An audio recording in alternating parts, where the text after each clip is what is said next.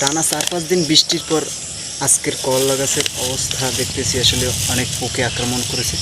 তাই আজকের ভাইরাসজনিত রোগ এবং করলা গাছে কিছু ফুল ফল এসেছে, এজন্য আমি অনেক ঔষধ দিতেছি, যেটা আসলে অনেক কার্যকরী। আপনাদের দেখাচ্ছি কি আসলে ঔষধ দিলে আসলে করলা গাছ আসলে ভালো ফল দিবে।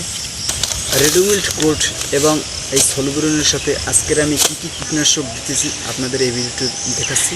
এই যে কীটনাশকটি দেখুন, বায়োক্লিন। এটা আসলে হোয়াইট ফ্লাই মানে সাদা মাছির জন্য খুবই উপকারী, যেটা করলার জন্য আসলে অনেক কার্যকরী।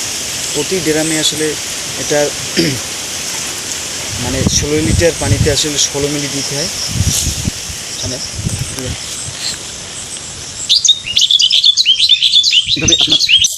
তারপরে আছে থিপসের জন্য আছে বায়োস্পোনোসাইড, এটা খুবই কার্যকরী থিপসের জন্য। আরও ওষুধ আছে, আমি এটা দিয়ে আসলে অনেক উপকৃত।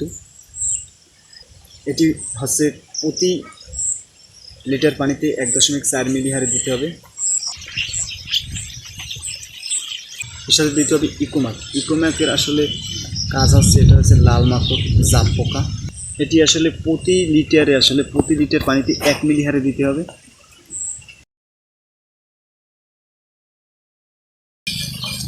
আপনার ফুল ফল যেহেতু এসে গেছে, এর সাথে আমি দিব সবিক্রম।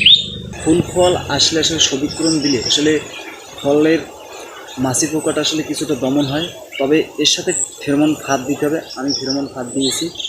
এটি হচ্ছে প্রতি লিটারে আপনার 2 মিলি হারে দিতে হবে। কাজ করে কীটনাশকটিও আসলে বর্তমানে আমার করলা গাছে ফুল ফল এসে গেছে, তাই আমি এই ওষুধগুলো দিচ্ছি। এই ওষুধগুলো আমি দেখিয়েছি, আসলে এই ওষুধের কার্যকারিতা অনেক ভালো। আমি এর আগেও দিয়েছি।